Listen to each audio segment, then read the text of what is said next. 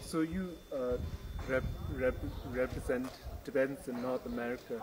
So do you think there are issues which are special to Tibetans in North America which needs to be discussed in the assembly?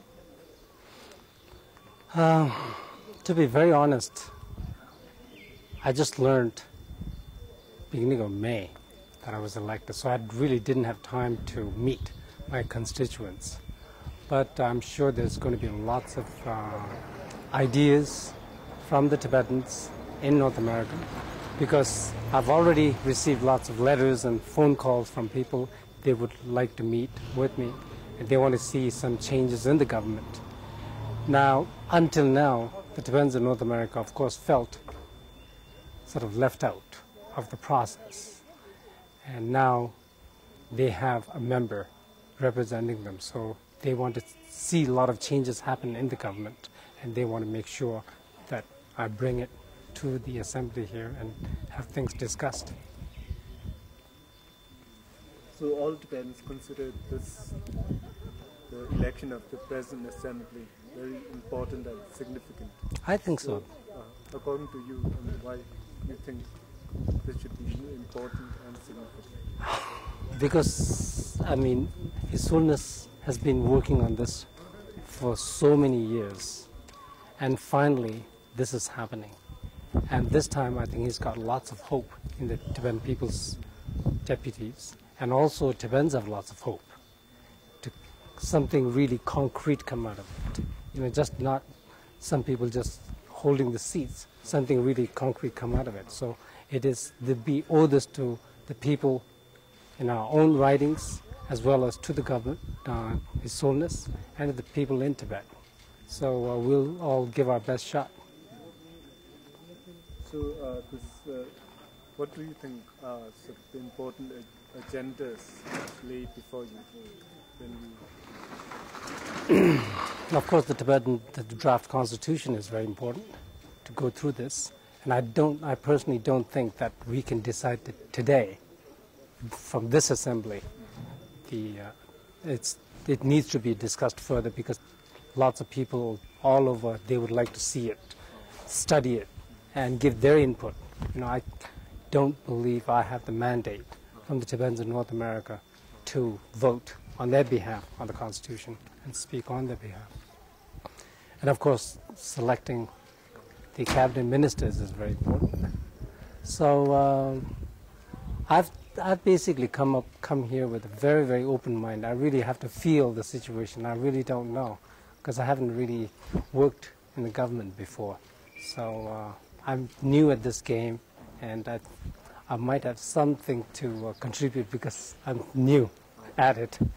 So I mean, do you sort of the fact that you are new, would that sort of mean that you can bring sort of a new vision of functioning? Definitely, I think so. I think so, because I mean, number one, I mean, we mustn't forget, 3 of us from the West, we don't really represent a special group as such. You know, I mean, we just represent the people in that writing. So, and just being in the West also, I mean, you know, there are things that we have learned being in the West may be able to contribute a lot in the process here. You know, I mean, for example, I seriously would like to see the National Assembly, some important matters when the discussion takes place, it's videotaped. You know, something like this. I mean, I would like to see it happen. Now, I don't know whether the other deputies would agree with me, but something like this, you see, can be very important for us. So would you sort of stand for freer press? Definitely. I mean, definitely. I think it's so important. I mean, you know, we have to somehow have it in our constitution, you know, the freedom of press. It is, and we need it very badly. So I think that's very, very important. And Tibetan people's deputies should stand behind it solidly. And the fact that you've sort of been elected from North America, and would your sort of participation in the political process here in Dharamsala bring the Tibetans in North America emotionally sort of closer to the administration here? I think so. I think so. Until now, I mean, most of the Tibetans in North America, they have been doing a lot of work for Tibet. Let's not forget. And also they've been, financially helping out wherever they can. But they felt kind of left out because they felt that they didn't count, their ideas, inputs. Now they feel that finally they're given an opportunity and they have lots of questions. Up to now, they've kept it to themselves. And now they want some answers to those questions. And they want me to bring those answers back. So, there are a lot of questions that I need to ask from the government, not for myself, but for the people. So what sort of questions? The workings, the kind of the policy making of the government, who decides them, and, how does it work? Because up to now, we didn't really know the mechanics of the government. So those sort of things, they have some specific questions. So, I'd like to see,